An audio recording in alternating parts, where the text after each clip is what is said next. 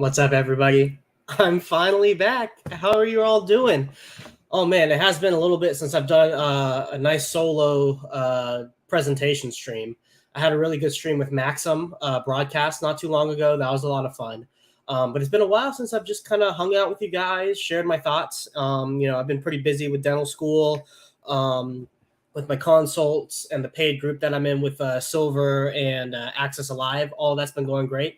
We can talk about that later. But I was sick this past weekend and been trying to put the stream together for you all guys. But we're here. I'm here. I made it, and I might have hyped this stream up a little bit, maybe too much. We'll let you guys decide if this information that I have is pretty cool. But I'm really excited to share this with you guys. I've been working on it for a little bit now, just kind of fleshing out the arguments. Letting it marinate in my head and make sure everything kind of fits together. And I finally get to show it off. Hopefully you guys enjoy it as much as I enjoyed making it. Let's go through the chat a little bit. Say hi to everybody before I get started. We'll go up to the very top. Hey, Fast Abdul, very first one in. Good to see you. Cypher, what's up? Red Squirrel, hey, he's live. So he across the pond. It's actually early enough for him to catch it. Let's see. Synthwave, Kaiza, BTFD. Hey, what's up, man? Good to see you. Just a text. Line of God, good to see you. Crypto Cash U, how's it going? Hexmal, what's up, man? Fellow jiu-jitsu guy right there. Mango Junkie, Eric, Ryan D, East, MZ. I stubbed my crypto. What's up, man? Oh, what's up, Monica? How are you guys doing? Oh, and for everybody that went to Vegas, I hope you guys had a good time. Unfortunately, I wasn't able to make it. Just school commitments in the middle of the week. Just not able to go. But there will definitely be a Crypto Sloth appearance at one of these events one day. Don't worry. All right, who else we got? Oh, we got Mr. E. What's up, man? Junior, Hex Love. Hey, what's up, Hex Love? I hope you're doing well, man. Let's see. Marco, Limp Noodle, Derek. Oh, hey, what is up, Kool-Aid? I hope you're doing well, man. I don't know if Burning Man's over yet, but I hope you and Hexray had a great time. We're going to talk about this, Cookies and Crypto. We're going to talk a little bit about this, my man. Jimmy, what's up? All right, I got to the end of the chat. You guys ready? Let's hop into it, shall we? Okay. So I'm going to be mostly focusing on the presentation. So I won't really be paying too much to the chat. So if you have like questions about everything, I'll probably stop periodically through and answer any of the questions that we have there, or read any if there are any super chats. That'll be when I read it. But for the most part, I'm just going to be focusing on my presentation just to make sure everything makes sense and comes across in kind of a unified and compact format, if that makes sense. Well, what's up, Bally Brand? Good to see you, man. I appreciate that. Okay. All right. Hex End Game. So this is an idea that I had probably about a month ago now. Like the original set of the original idea of this came about a month ago, and I always kind of knew this was a possibility, but all of the pieces kind of came together and hit me at once about a month ago. And this presentation is essentially the fruits of that, the fruits of the labor of me thinking through that initial idea. And overall, what that idea is this. So this is the argument that I'm going to be presenting today and that I'm going to be walking through. There are 4 premises, and from those premises, I deduct a conclusion. The first premise is that you can exit Hex via ICOSA. Premise number 2 is that ICOSA can potentially oscillate around its ceiling price relative to Hex. Premise 3, if the ceiling point is held, then ICOSA Hex is a great liquidity pair. Premise 4, sufficient liquidity exists for both ICOSA USDC and ICOSA Hex. And if all 4 of these premises are true, then the conclusion that I would draw is that ICOSA creates an environment where Hex never needs to be sold, as you can sell any liquid Hex by minting ICOSA of equivalent dollar value from it. By minting ICOSA by making an HSI, and then the dollar value of ICOSA would theoretically be the same as the liquid amount of Hex.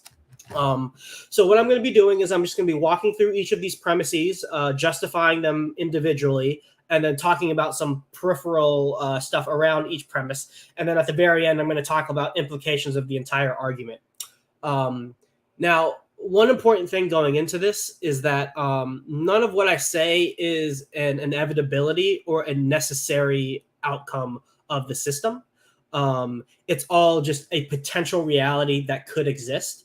And what I want to do is just bring this potential reality into like the collective conscious of the Hex community. And at the same time, argue that if we all behave in our own best interests, then this reality can come into existence. And what I mean by that is we don't need to necessarily rely on like a good Samaritan law or like people like doing things that aren't good for themselves in the immediate term to bring a better outcome for the whole. My argument in general is that you can do what's best for you individually, and that the incentives of the system will naturally unravel to bring about this scenario or this state of existence where Hex never needs to be sold. The ICOSA price can absorb the entirety or at least the majority of the Hex sell pressure. Okay. You have to excuse me. I may cough every once in a while. I'm still coming off of a little bit of a cold. So you have to excuse me for that. Okay. So premise one, you can sell Hex via ICOSA. Now, this is pretty self-evident because the mechanics of ICOSA just dictate that you can do this. But let's go into it a little bit. Okay. So in this scenario, let's say we'll take an example of somebody who's ending 100,000 Hex stake and it's part of their ladder.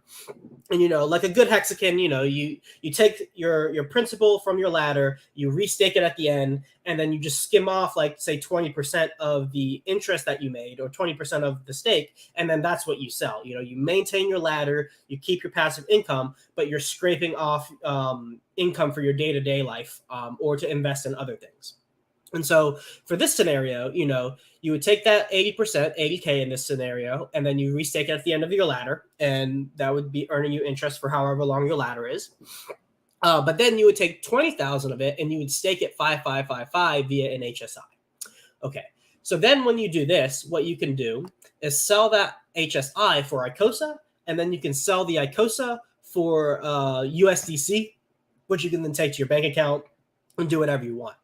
Now, what I'll be outlining later is how potentially that ICOSA dollar value could equal the dollar value of the 20,000 Hex, but we'll get into that later. But essentially, you know, the mechanics for this premise already exists, and I think this is pretty self-evident.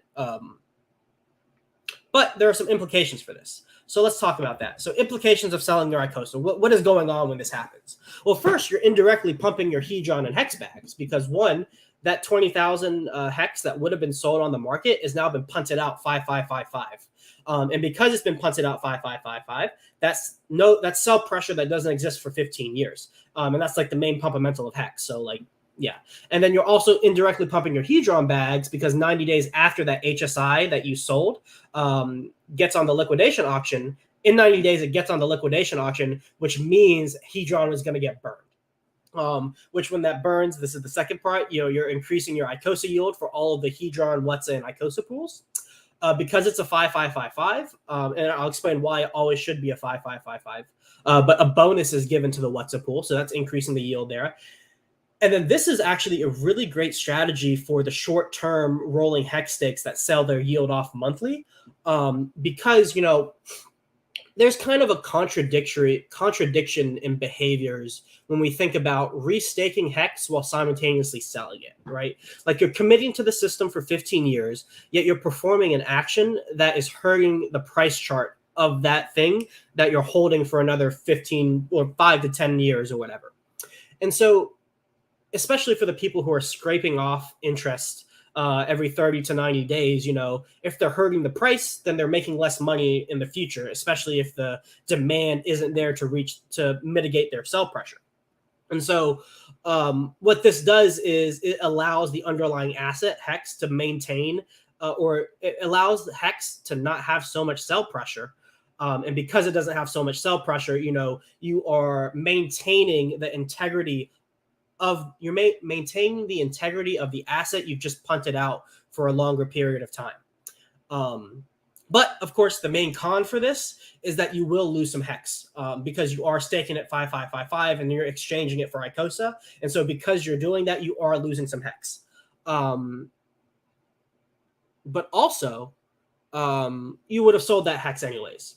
And so because you would have sold that hex anyways, it's like in the end, it's ending up what it would have been.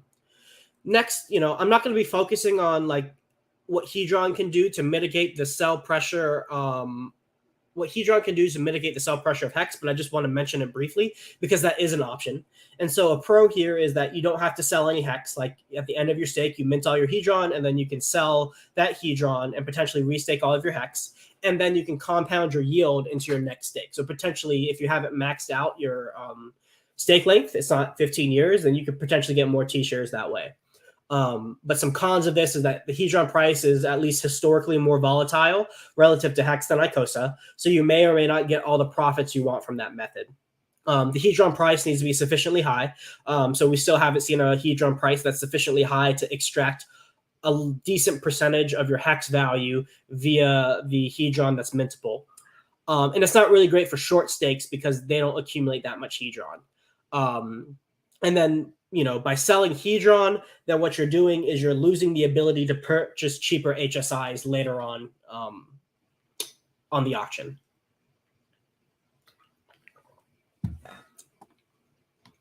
But yeah, that's premise one. Okay, so that's probably the shortest one that I have. And we'll just go straight into premise two, and maybe we'll take a short break after premise two to answer some questions. Okay, so premise two. Icosa can potentially oscillate around its ceiling price relative to Hex. Now, the ceiling price for Icosa is the formula that dictates how much Icosa is mintable when you sell an HSI to the smart contract. And that is the advanceable Hedron divided by the T-share rate. And in this case, we're multiplying by 1.1 because the ceiling price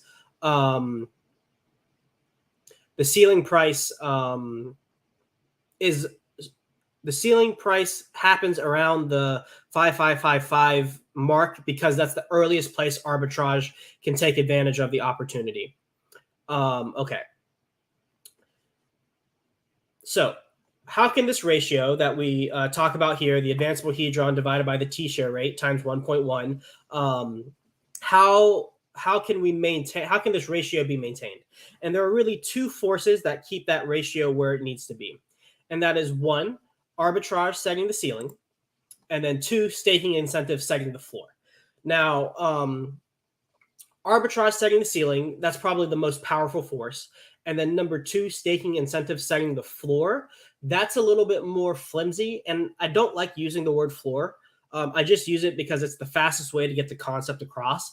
But essentially, it's just like supply and demand dynamics relative to like the staking state of the Icosa pool that would potentially create demand to bring the price up to that ceiling price. And then the price would stop at the ceiling price because the arbitration is the force that would keep it down. But I'm just going to go into the nitty gritty of both of these points. And that will kind of set the stage on like how this ratio could potentially be maintained, or at least the forces or incentives of the system that would push the price to be at this ratio. So the arbitrage point is pretty straightforward. And this is a slide I got from my arbitrage presentation in IcosaHedron. And so the way it would work is like, say, if the arbitration opportunity is there, you would buy Hex and make the HSI.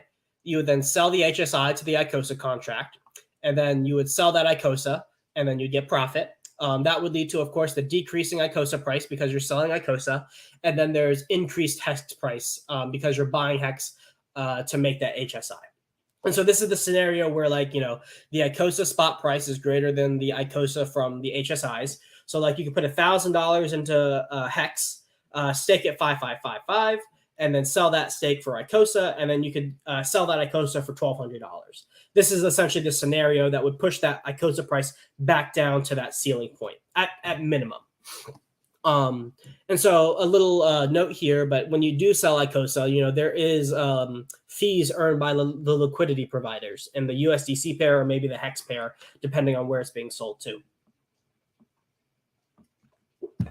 And this is I don't think this needs much justification, because arbitration is an extremely powerful force because people can profit immediately, without having to worry. Like they could take $1,000, turn it into $1,200. Like people are incentivized to do that. The floor set by the staking incentives is much more flimsy and not as hard because it's not people profiting immediately. It's people being able to move up in their position within a staking protocol that would galvanize people to buy up the quote unquote cheap ICOSA. So this scenario occurs when the ICOSA spot price is less than the ICOSA you would get from an HSI. And so in this case, it's better to buy ICOSA off the market. Like basically, if you took $1,000 into a hex stake to sell for ICOSA, you would get 1,000 ICOSA. Or if you took that 1,000 ICOSA, bought it immediately off the market, and you would get 1,200 ICOSA. So you're obviously going to do the thing that yields you the most ICOSA. That's just if you're paying attention to these numbers, you're going to do the thing that gets you the most ICOSA if you want ICOSA. And so because of this, because all the buy pressure, that all the demand for ICOSA, instead of being split between HSI buybacks in the market, has now gone completely into the market, the ICOSA price increases until it equilibrates with the cost to make a stake. Now, this isn't truly a floor. This is just a reality of the deal presented. You are able to get more ICOSA by buying it off the market than getting it through an HSI buyback. That's just the reality. And that exists until the price goes up to that ceiling price. And then this assumes people want to obtain ICOSA. So if people don't want ICOSA, then this wouldn't work. Price would just keep dropping as people sell. And this is a big reason why I say, this is a possibility, not a necessary outcome. Okay. So that then leads to the question, can ICOSA withstand the sell pressure? We have significant ICOSA coming out from yield on days 180, 270, and 360 of the system, assuming they haven't added new capital to their stakes. But around these time points, we're going to get large ICOSA stakes ending and a large amount of ICOSA yield plus principal coming out. And so this will be a big test to see if the ceiling price can withstand that sell pressure. We really don't know if this price is going to oscillate at this point until it's been tested. And so, another way of putting this is there enough demand for cheap ICOSA?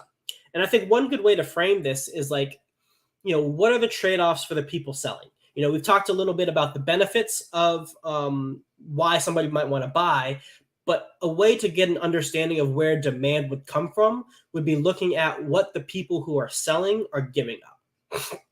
So let's take a look at that. So I'm going to go through each of the pools and talk about the general trade-offs for selling your ICOSA from that pool. But first, there are some general trade-offs that exist for all of them. And first is that end staking and restaking without adding principal means you're diluted. So as you know, the points that are calculated and the points that are the accounting unit for how the yield is distributed, similar to shares and Hex, you have points in the IcosaHedron and WhatsApp pools.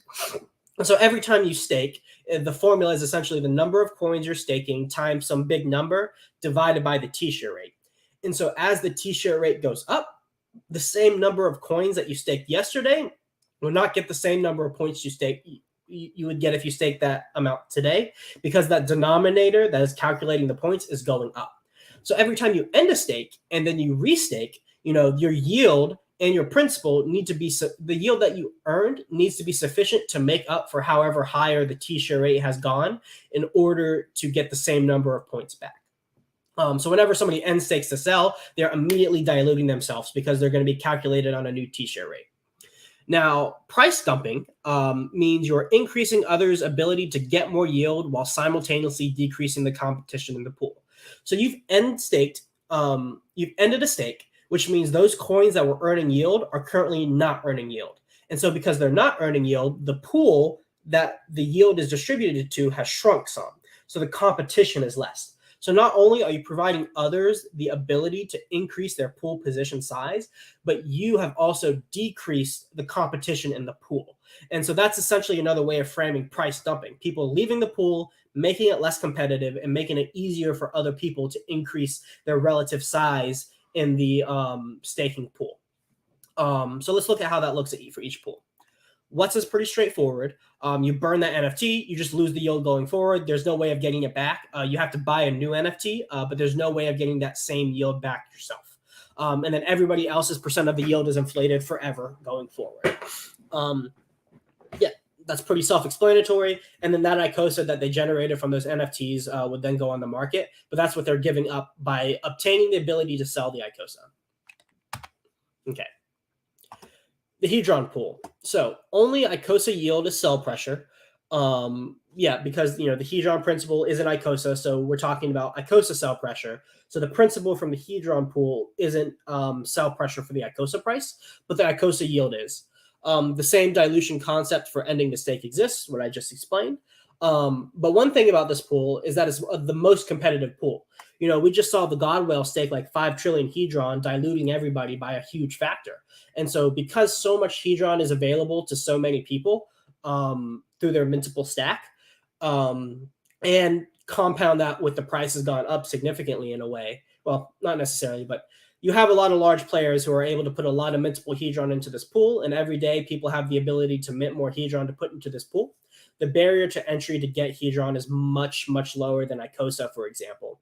So that just means more competition. Now, that's kind of good when you're looking at it from a sell pressure perspective for ICOSA, because that ICOSA is more broadly distributed amongst the stakers. So it's just less concentrated sell pressure. It's there, but it's distributed amongst a larger sample size of people. So because it's less concentrated, it potentially or theoretically has less of a immediate or pungent effect on the price chart.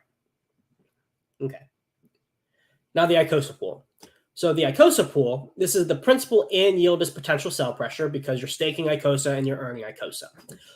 Now, in addition to the normal dilution drawback that we talked about previously, this pool has a long lockup period, especially compared to the Hedron pool, because the lockup periods are calculated based on the liquid amount of ICOSA available. So ICOSA in liquidity pools and ICOSA in people's wallets. The ICOSA that's staked is not calculated into your stake length. And so it's like, the last time I looked, it was like 12 million ICOSA staked with like 1 million ICOSA liquid. So that means 10,000 ICOSA is the minimum for a whale stake length, and 360 days, which means 1,000 for 180 or 270, and then 100 for 6 months. So only staking 100 ICOSA gets you a 6-month lockup period immediately. So whenever that person restakes, say they want to end their stake, skim off some of their yield to sell, well, they're just incurring a large lockup period again after they've already served a very long lockup period.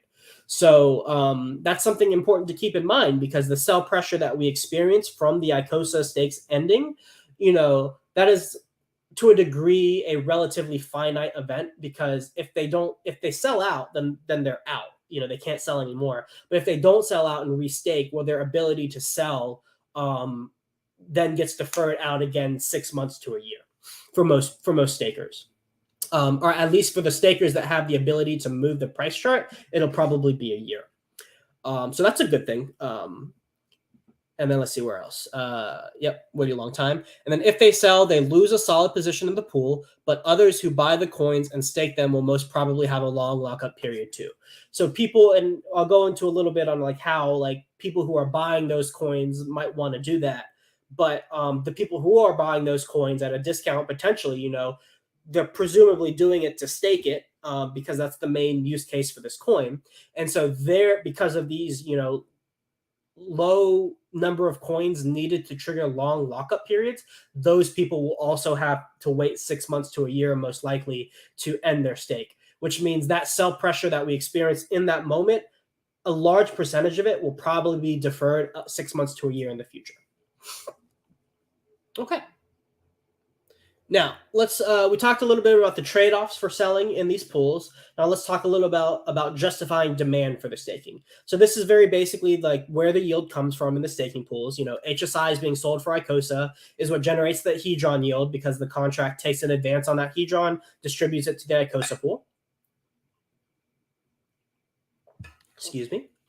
And then the Hedron burn from those HSIs that go on the liquidation auction that were sold, that turns into the ICOSA yield for all three pools. And of course, HSIs that are defaulted on, that don't pay out their advance back. And so, we do have an assumption here that HSIs need to go up for auction for the pool to continue generating yield over time. If this scenario plays out where people are consistently selling their HSIs for the ICOSA, then we already have that scenario playing out. Okay. All right. Now, when ICOSA equals the ceiling price, people can obtain that ICOSA at the same velocity relative to their economic mass, i.e., people cannot get an advantage over those with more capital, assuming both are staking. So when the ICOSA price is that ceiling price, your ability to move up in the pool is dependent on the amount of economic mass that you have, as well as how much you put into the system, right? Like, you're not going to put every penny you have, but the amount that you're able to put in is dictated by the total net worth that you have to a degree. And so your ability to move up in the staking pool is completely determined by the HSI buyback formula, and to a large degree the T-share rate. And your economic mass determines how much you can get. Now, that rate at which you can get ICOSA is the same for everybody. So the only way to move up is by essentially putting in more money than everybody else. But when that ICOSA is less than the ceiling price, there is a finite opportunity where people have the ability to increase their velocity of moving up the staking pool ladder. So when people sell the ICOSA price down below that ceiling price, what is happening there is that you are able to obtain coins faster or more efficiently than you would if the ICOSA price was at the ceiling price. So because you can obtain more coins that way by buying it off the market, you are able to ascend up the staking ladder or the staking rank faster than you would have if the ICOSA equals to the ceiling price. Now, this is a finite opportunity because there are only so many coins that exist that can be bought up before the price shoots back up to the equilibrium point.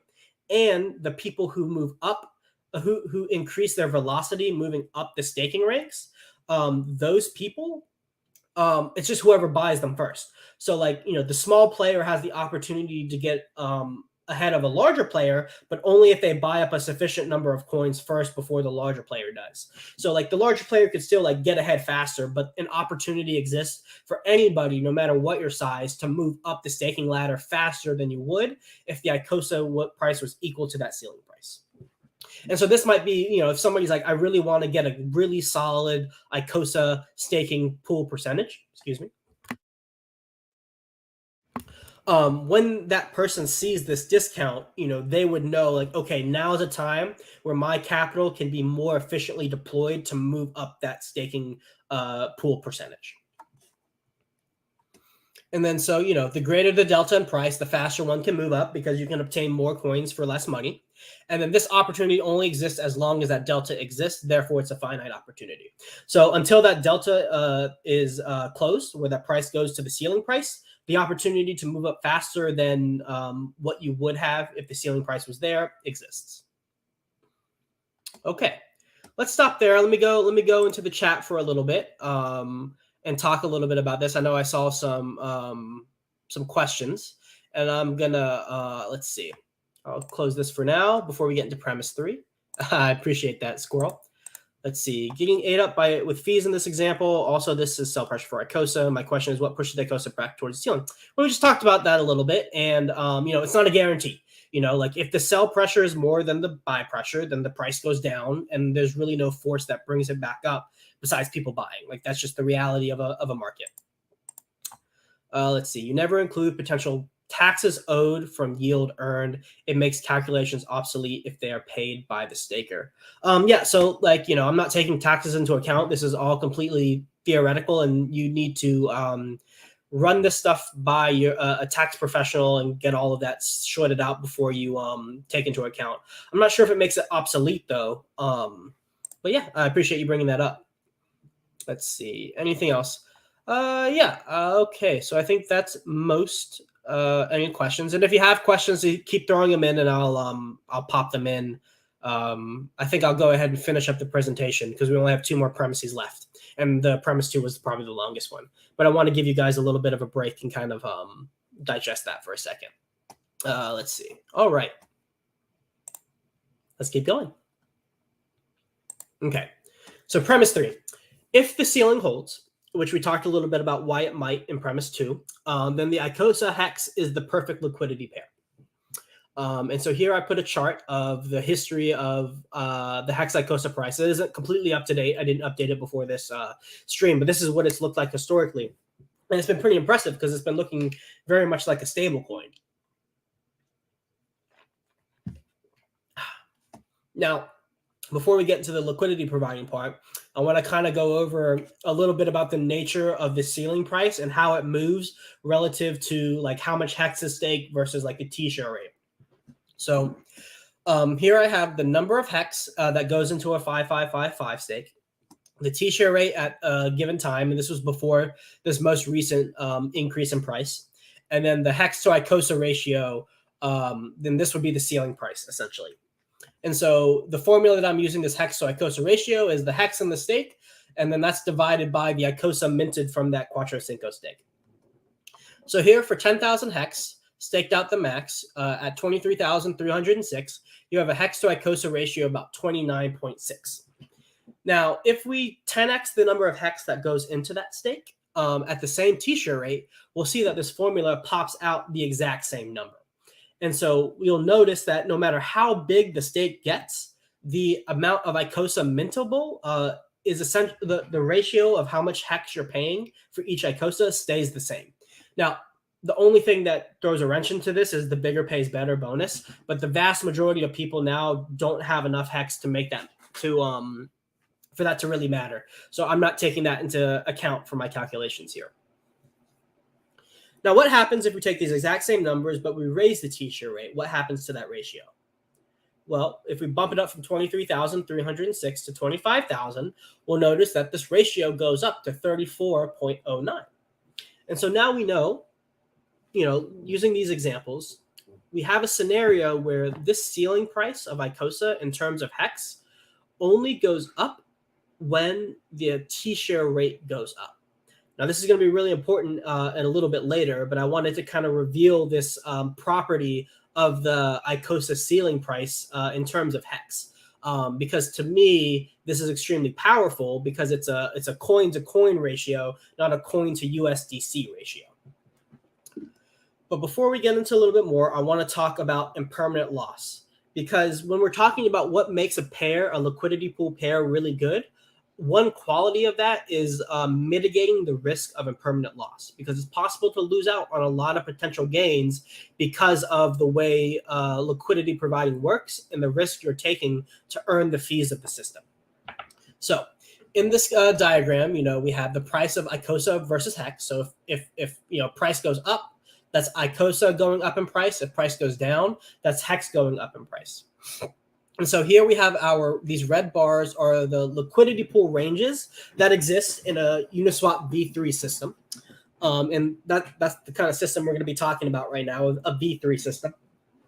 And then this dotted purple line right here, this is the current price of the Icosa to Hex ratio. So we set our liquidity price range, and the price is within our range. And this is what we want. So here we're earning fees because people are trading with our coins.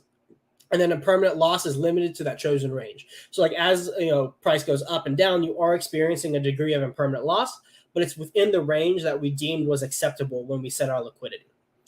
So this is the ideal situation. So what happens if the Icosa price starts going up above our range? Well, now we're not earning any fees because we're outside of our range, but we're 100% into Hex. So as the price has gone up, people are depositing Hex and removing Icosa, which makes the ratio in favor of Icosa. So the price is going up. Well, once we're completely out of this range, all of our Icosa has been taken out, and only Hex is left into that position that we own. And so the impermanent loss is now that we are not experiencing the gains of Icosa price appreciation because you sold it all for Hex. So as the price of Icosa goes up and up and up and up, you are 100% into Hex, and you're not experiencing that price appreciation.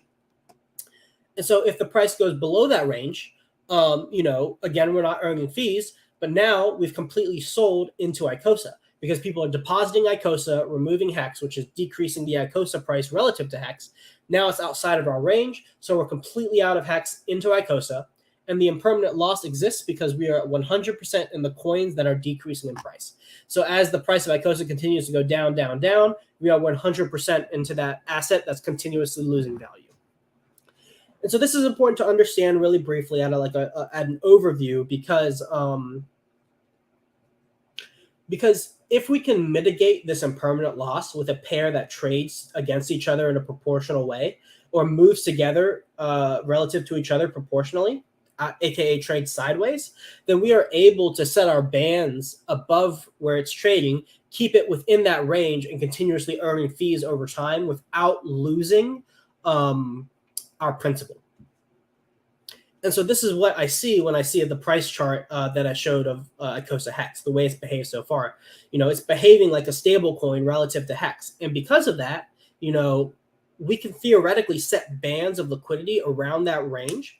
And I'll explain later how to do that, and how, because of the nature of the ceiling price that I outlined at the very beginning of this premise, we are able to predict with at least a fair degree of accuracy or a fair degree of probability that the ratio of these coins will be in a certain range at a certain time. And so because of that predictability, as well as the nature of the Icosa ceiling price relative to Hex, this has the potential to be a really good pair, assuming, and this is why it has if the ceiling holds. If the ceiling doesn't hold, then we're experiencing permanent loss because it's outside of that range. And so let's take a look at this table again. And let's look at it through like the eyes of, what I just described with impermanent loss. So first, the Hex Icosa ratio is independent of USDC volatility. So if this ratio is holding, that means as the Hex price is going up, the Icosa price is going up. As the Icosa price is going down, the Hex price is going down in USDC terms, as long as this ratio maintains.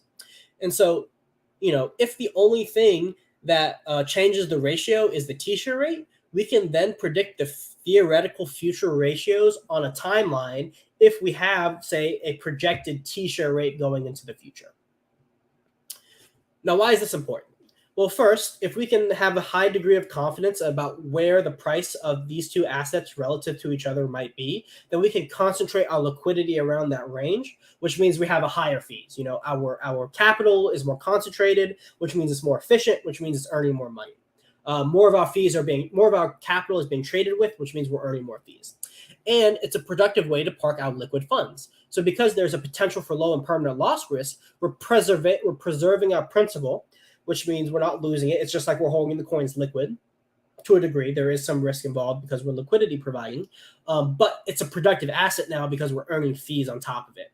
And because of that, we can still capitalize on the USD price appreciation of both coins, because if that ratio is held, that means their USD price should be tracking that ratio as well. Now, let's talk a little bit about how to set. How would you do this? Like, how would you personally go about setting these liquidity bands and like doing liquidity around the Hex Icosa ceiling price? So the first thing you would do is you would calculate the current Hex to Icosa price, and then you would see if that's congruent with whatever the actual market price is currently. And then you would calculate the Hex to Icosa price at a projected point in time. You would set your lower band as 1, and then your upper band as 2. And then that would be essentially how you do it. Now, I'm sure this tool has been going around the community a lot, and I've been using it a lot and showing it in my consults a decent amount. And that's hexfire.io, and that's their projected T-share rate chart that they have. And so they have this actual share rate, which is the historic change of the Hex T-share rate over time. And then where it shifts over to purple is the projected T-share rate. So they've taken all of the stakes that exist and then projected out what the T-share rate would be if everything stayed the same and those stakes just ended and no new stakes were added that have a higher ROI.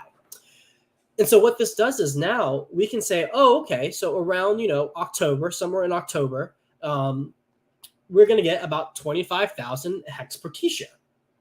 Well, because we know that, and we look back at what we talked about with the second step for providing liquidity, now we have both a T-share price, which on its own is enough. Like, you just have to watch the T-share price, and as the T-share price is approaching that upper band that you use to calculate your upper liquidity bandwidth, then you would know that it's time to readjust.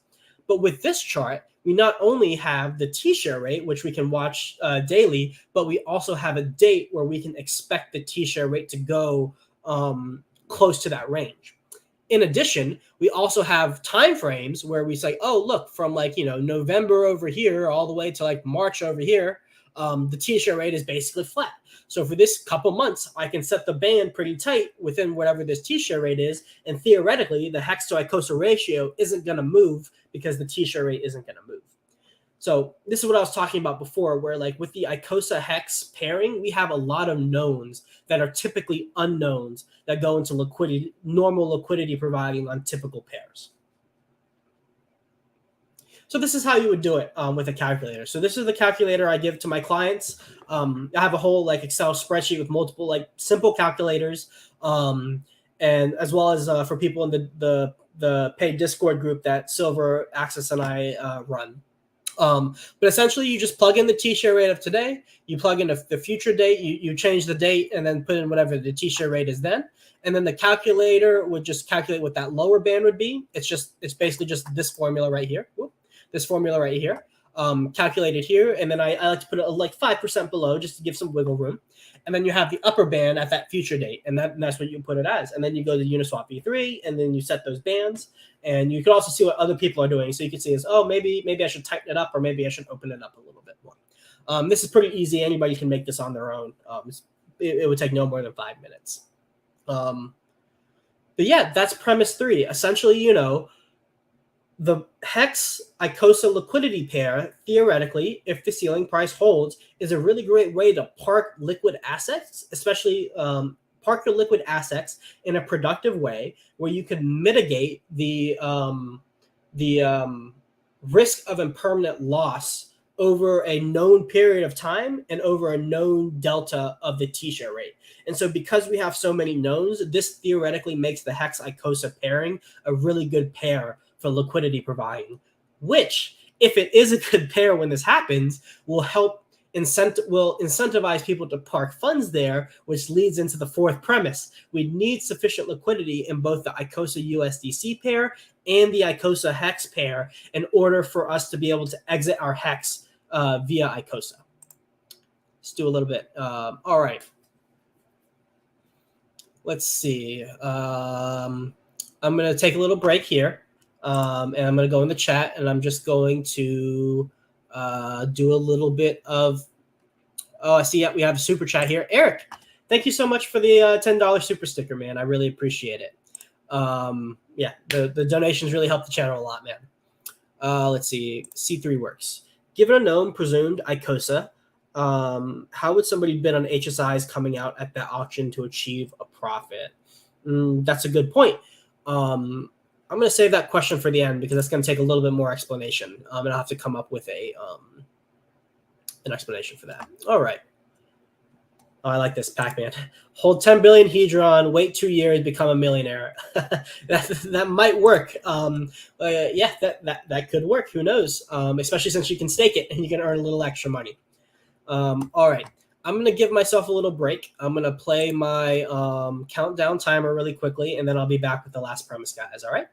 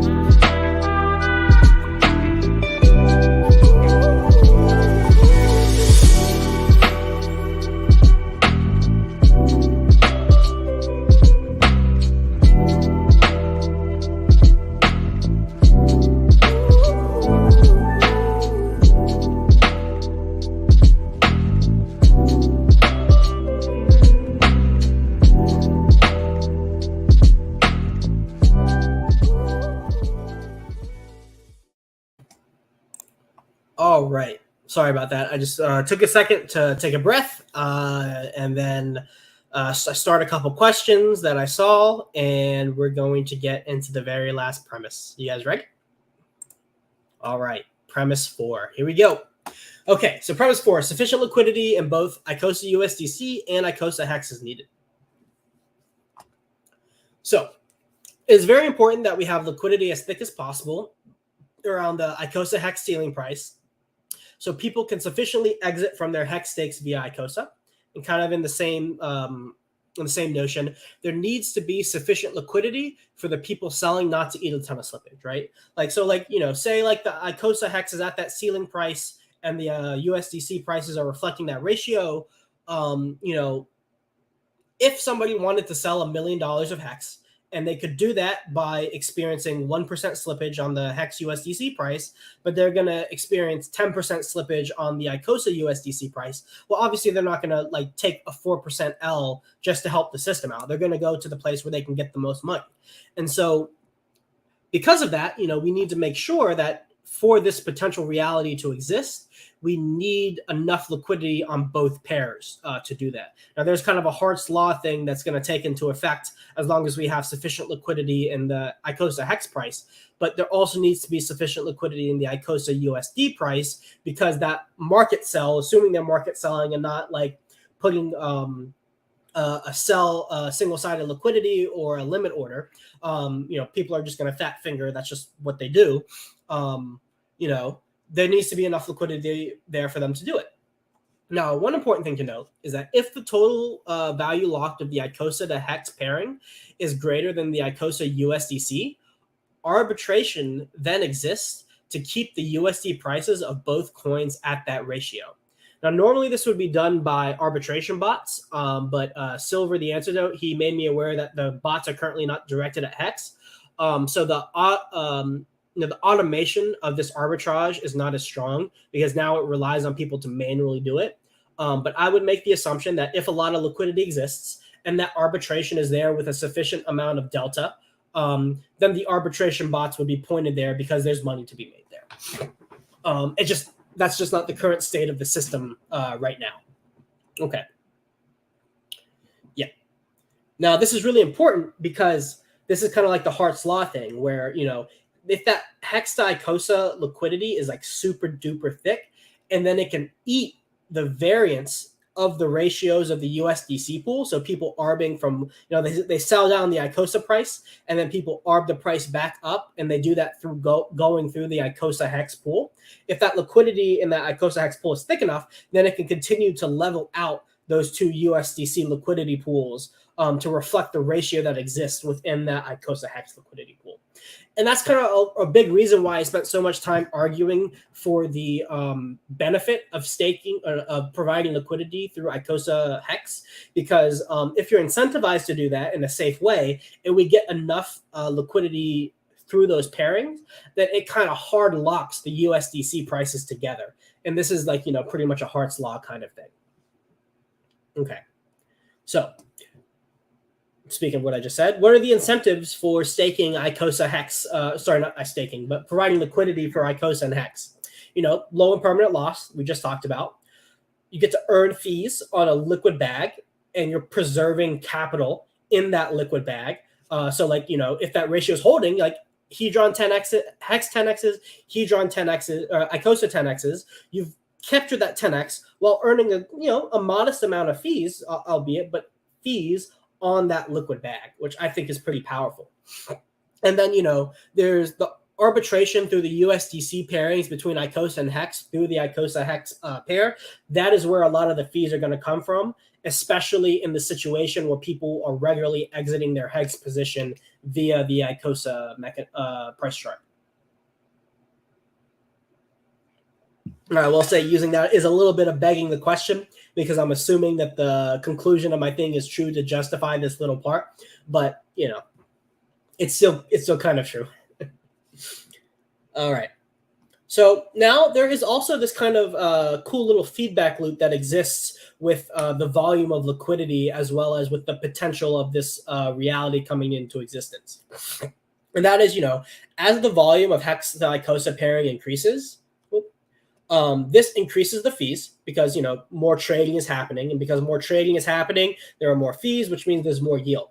If there's more yield, then liquidity providers are going to migrate to that yield. You know, I think how I describe it, you know, yield farmers are like a bunch of locusts. They just go to wherever the yield is until it dries up. So if there's yield there, then people are going to migrate to where the yield is. And if not, the people who are there providing liquidity just earn a bigger percentage of that yield.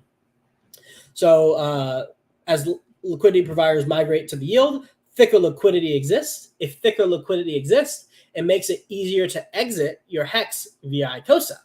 And so if it's easier to exit, more people may consider exiting Hex via ICOSA. Now, and when they do that, what's happening? You're increasing the volume, which starts this whole cycle over again. I do want to say, and I have this little star here, that the reverse here is true. Like this is a positive feedback loop in the positive direction, but it can also be a positive feedback loop in the negative direction, where if the volume is decreasing, the fees are decreasing, there's less yield, people leave the pool, they're locusts, so they're going to go where the yield is. Liquidity thins out, it's harder to exit, less people exit, are using that pair, volume goes down.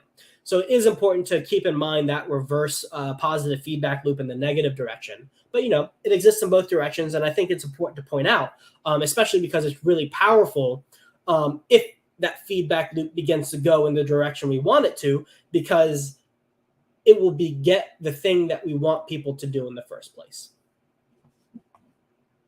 All right. So then what are the incentives for the ICOSA USDC price chart? Well, it's a higher risk pool. And so because it's higher risk, there are going to be more fees. Less people may be providing liquidity because they don't want to experience a permanent loss. And, you have a higher volume from people selling their ICOSA for USDC. So there are higher fees. So instead of it's just the delta between the USD prices that gets arbed through the Hex ICOSA pool. But for this, the entire sell gets put through the ICOSA USD pool. So there's just naturally going to be more fees generated in this pool. And then, of course, you have buying coins via liquidity and selling coins via liquidity. So like bid support and ask support, single-sided liquidity. This is a form of liquidity that it typically goes on the USDC pairing. And that's just another form where people are going to be, another way in which people are going to use the USDC pairings. So these are kind of the incentives that exist for people to go to the USDC pairing for ICOSA. And yeah, that's it. That's pretty much, that's everything that I got for the argument. So, we talked about the first premise. You can exit Hex via ICOSA. This is kind of just a self-evident fact based on the mechanics of the system. The second premise, ICOSA can potentially oscillate around its ceiling price relative to Hex. And I outlined kind of like what are the incentives for, I outlined how that would work from if the price is too high, that would be arbitration. That's pretty set in stone. I think we can all agree on that.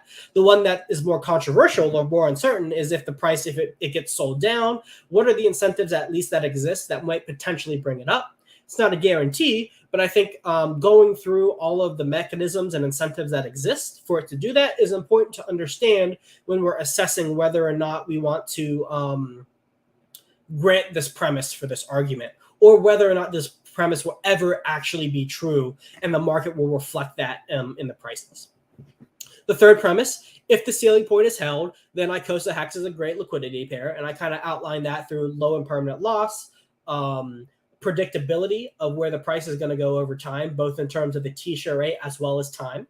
And then finally, sufficient liquidity exists for both ICOSA USD and ICOSA Hex. This premise currently is not true. There is not enough liquidity in these pairs for the conclusion to be true. And so instead of justifying and saying how it is true, I outlined the incentives and the context that currently exists that may motivate people to provide liquidity in these pools, and why you might want to consider providing liquidity in these pools, and what you would get by providing liquidity in both the ICOSA USD and the ICOSA Hex pool.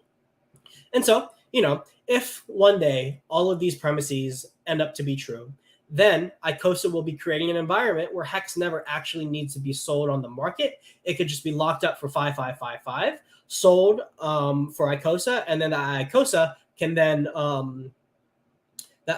can then be sold on the USDC chart and then absorb all of the sell pressure from Hex, which I think, is pretty powerful if you think about it. And we'll talk about that now with some of the implications. So what are the implications on if this happens to work out? Because, it's not a guarantee. It may not ever happen, but what if it did happen? What if this really cool state of existence actually manifested? What would that mean?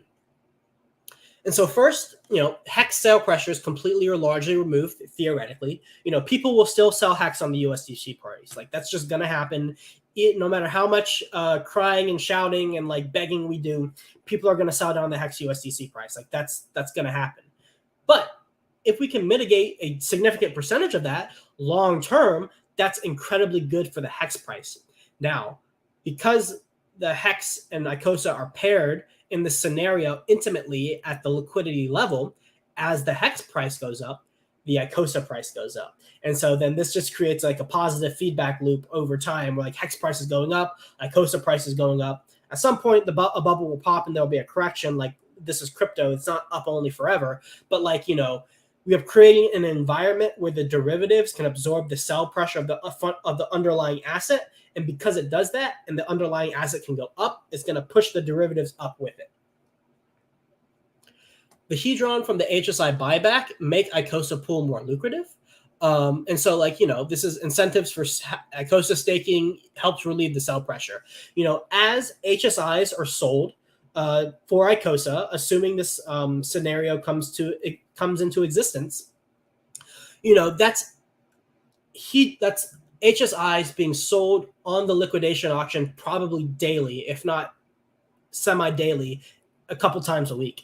And so that means the Icosa pool is earning Hedron on a very consistent basis. That incentive to earn that Hedron, which is a token redeemable for the HSIs that are being sold over time, that incentive for obtaining that Hedron, which means potential HSIs in the future, is incentive to lock up Icosa, which bolsters the price of Icosa to maintain its ratio to Hex. Which, is basically the main thing that we need to see happening for this whole scenario to exist in the first place.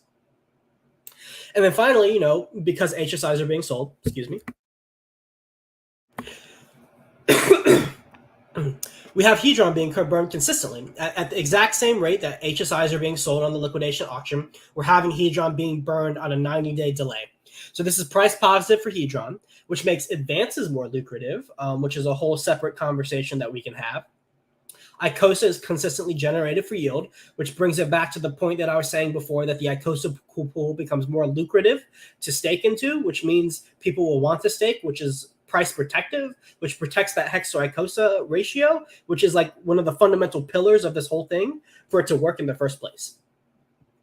Next, people are incentivized to buy Icosa off the market to get some of the yield, or sell Icosa to get Icosa for the yield. And HSI sold starts the loop all over again. Icosa bought off the market is demand to support price parity at the ceiling price.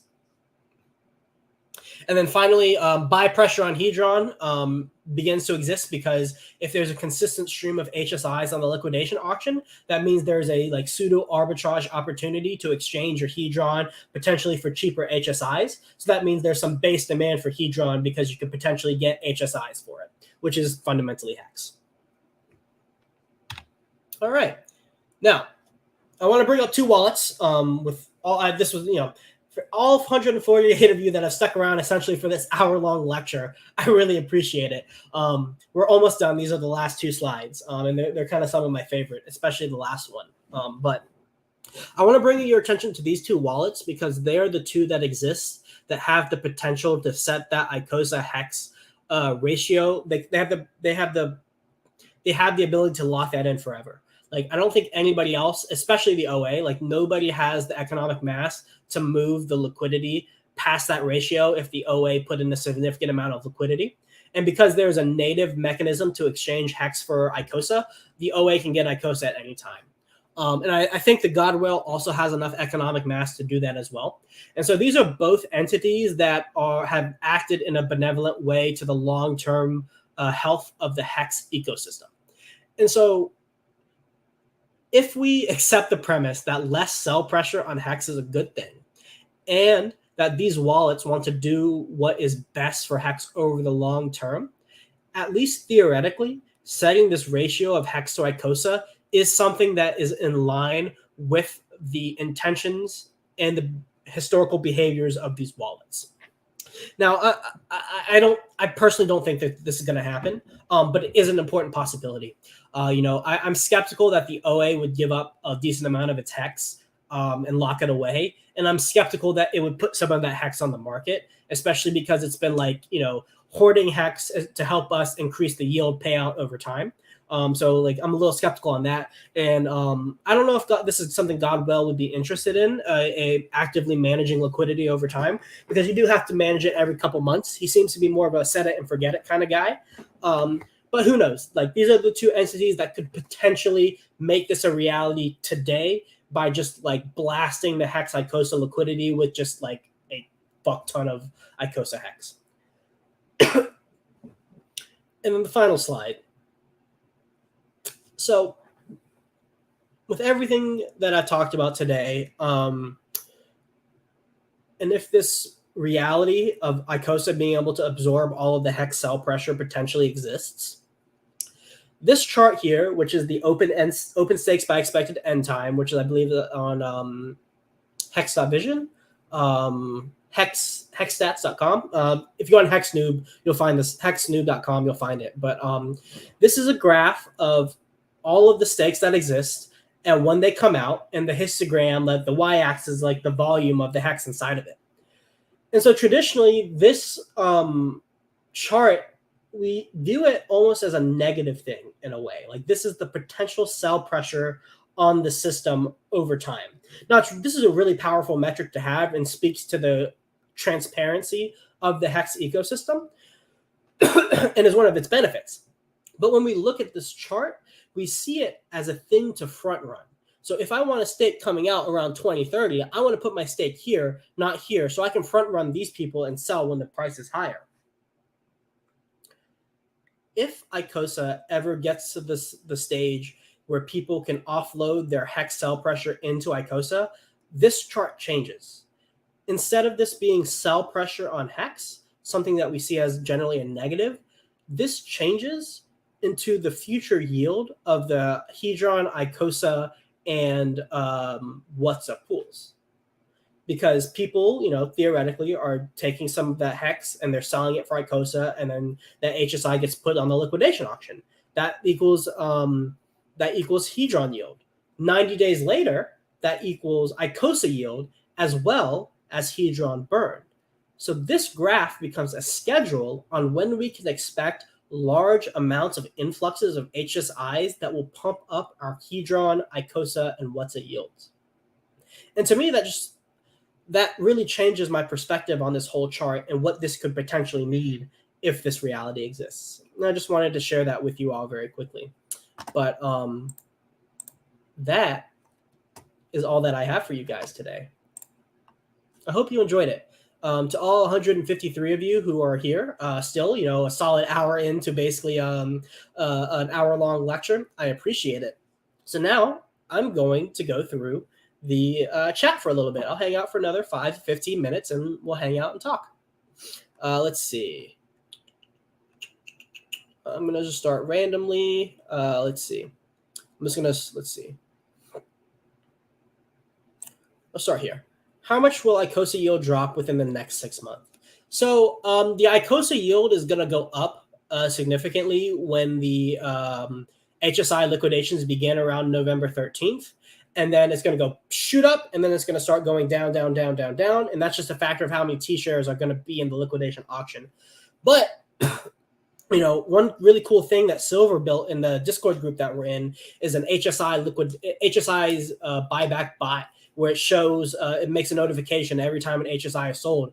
And we're seeing a solid 50 to 100 T-shares being sold every single day for Icosa, which is pretty incredible if I do say so myself. So we're going to see a nice influx of yield consistently over time if this trend continues to, if this trend of HSI buybacks continues to exist. Let's see. Brilliant today. Yeah, I agree. Let's see. All right. We'll go down to the new comments. Oh yeah. Okay. So yeah, let's talk about this really quickly. So I'll I'll talk about the products I offer and the services I offer. So one, I have a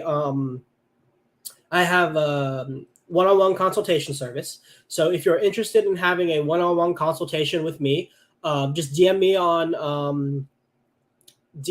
Twitter, and I'll give you all the specific details. Generally, I'm charging $400 an hour, and so this is for people who want to understand the IcosaHedron system a little bit better. They want to learn more about the system faster than they would if they would watch all of my streams.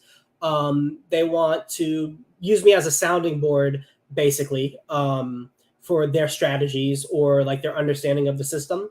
And those are the main use cases for why somebody might want to book a consultation. Mostly if you want to expedite the education process, expedite the strategic planning process, you can buy an hour of my time and we'll work through that together. And usually they last longer than an hour, to be fair. And I've had an amazing time meeting a lot of you guys personally in these consults. So if that's something you're interested in, shoot me a DM on Twitter and I will get you scheduled out. I will say I am scaling back the number of appointments I have every single week, just finding the right balance between my school responsibilities, my research responsibilities, my YouTube responsibilities, in terms of like getting streams to the public quickly.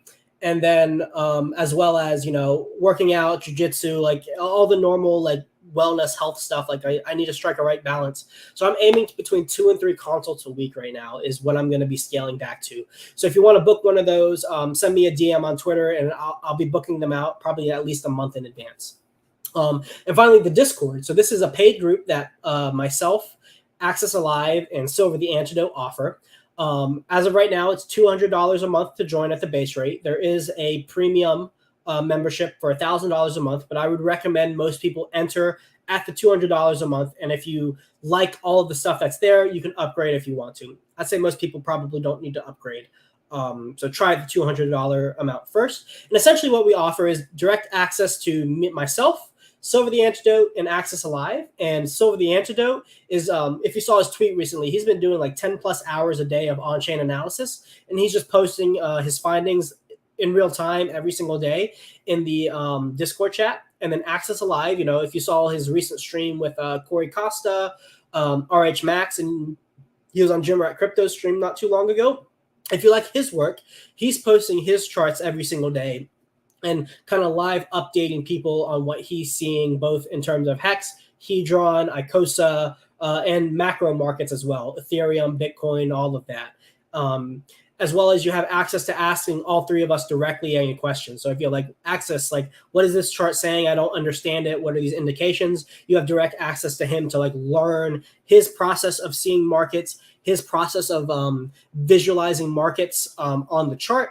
And then you also have the same opportunity with Silver. And me, I kind of offer like an educational role where like if you have questions on the system, staking strategies, etc., like I'm the guy for that. Silver and Access definitely provide the bulk of the value, I would say, and then I kind of round it all out, providing the mechanics of the system. If you're interested in that, go ahead, DM me on Twitter. Also, 0xBrennan. I don't have his Twitter on hand right now. Let me go ahead and just throw my Twitter, because I don't think I put my Twitter in the description here. But here's my Twitter. Wait. Here's my Twitter. And then let me give you Brennan's Twitter too, because he is also helping with the payments. So if you're interested in the Discord, you can DM me or Brennan. And if you're interested in consults, DM me. All right. Let's see. So Sloth is saying lots of consistent selling pressure for Icosa. Yeah, it's totally possible. Like we have a lot of Icosa coming out at the 180-day, 270-day, and 360-day marking of what post Icosa launch. And so because of that, stakes end, people have yield. That's sell pressure. And so we have to see if there's demand for buying it. I know me personally, if I can see like a really good deal on Icosa, I'll be scooping up some. But I'm not a market maker by any sense of the word. So my buys don't really matter as much. But if there are large players who want to like solidify like a solid Icosa staking position over time, they may buy that up. All right, let's see if there's any other questions. If not, I'll head out. Let's see. Okay. Newbie question. Is it better to provide liquidity in a bull or bear market? I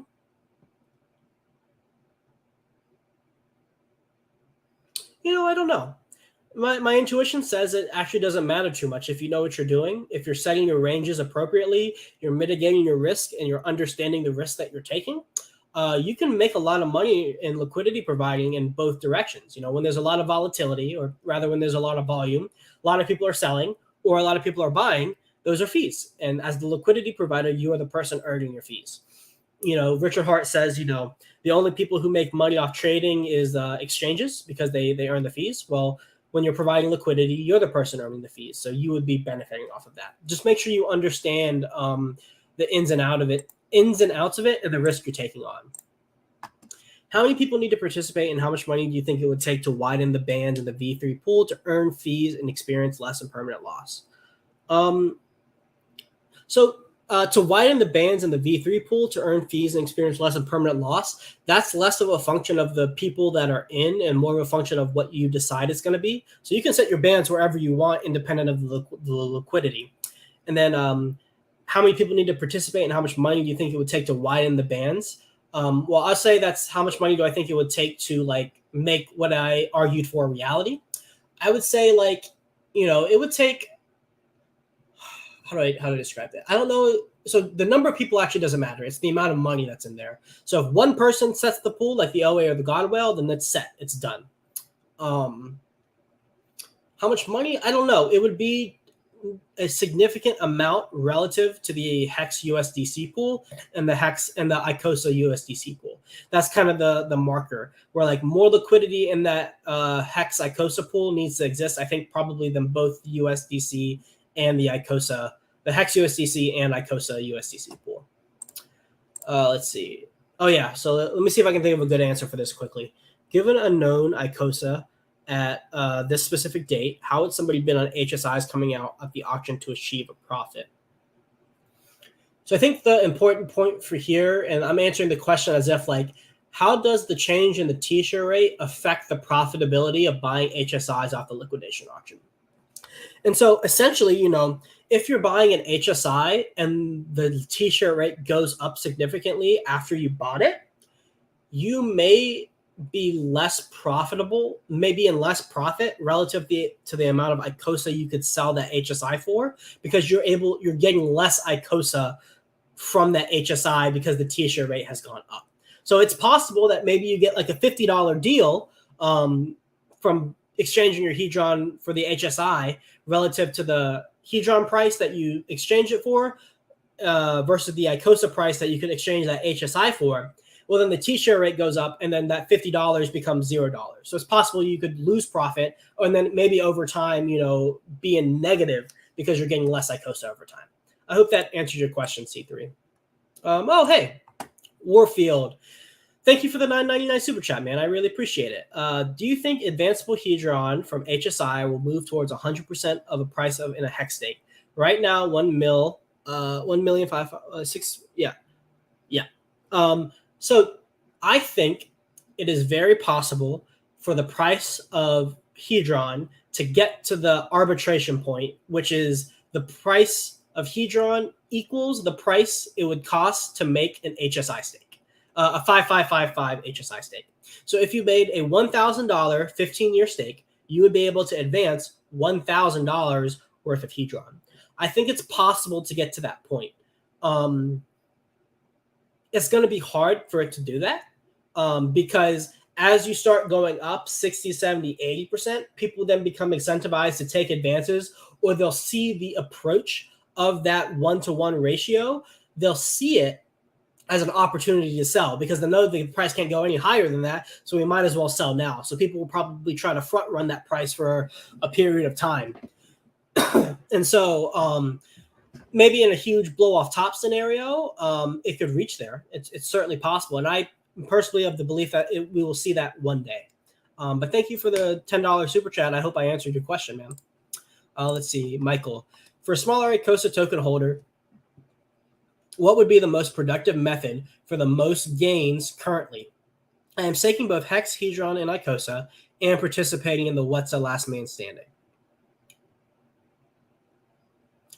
Yeah, so I think you're doing a good job. I think you've gotten exposure to every single pool, and that's the most you can do.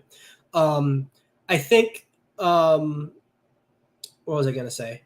I think that the Icosa pool is the least competitive pool. And I was explaining that previously in my slides because the barrier to entry is much higher. You have to either buy in or sell an HSI. And so with Hedron, people can just mint it from their stakes. So they get it essentially for free from stakes they probably would have made anyways. So more people are participating in the Hedron pool, less people are participating in the Icosa pool because there's a higher barrier to entry. So if you wanted to try to up your profitability or try to like, where's the place you can maintain a larger relative position, it's probably going to be the Icosa pool. But it's good that you have What's NFTs because you'll never be able to lose that position there. Yeah, crypto winner bull. I think that's about correct. Yep, you can be in profit and still experience impermanent loss because the impermanent loss is relative to what you would have had if you never provided liquidity in the first place. If Hex Icosa pool is thick enough, you won't need Icosa USDC. It will all route through Hex USD. Well, there you go. I wasn't particularly aware of that, or at least cognizant of that. So, yeah, I guess all we need is that Hex Icosa pool to be super, super thick. OA, Godwell, if you're listening, you have the power. Hey, Hex Logic, good to see you, man. Appreciate it. Feels like college. I appreciate it. Yeah, I kind of have a little bit more of a lecture style to my my solo streams, but all right, guys. So it seems like the chat is slowing down, and I got through everything, and it's about time for me to get some dinner. So I'm gonna head out. Everybody, thank you for your patience with this stream. I kind of postponed it for a while. I hope you got some value out of it. Feel free to rewatch it as many times as you need. At some point, I'm going to clip it so we can have more bite-sized parts. But, you know, until then, it's all going to be up. You know, if you haven't, please hit the like, hit the subscribe if you already haven't. Give me a follow on Twitter. If you're interested in a consultation, reach out to me. You know, no commitments. Just ask me some questions about it. DM me on Twitter. If you're interested in the Telegram group, you can DM me or Brennan, and I put those Twitters a little bit up in the chat. Thank you all 135 of you guys for sticking it out with me for an hour and 15 minutes. I appreciate every single one of you. All of your guys' support through these past couple of months have been incredible. I really appreciate everybody who supported me, all of the kind words, all of the criticisms, and the welcome, how welcomed I've been to the Hex, Hedron, and Icosa community. I appreciate all of you very much, and I look forward to talking with you all next time. Peace out.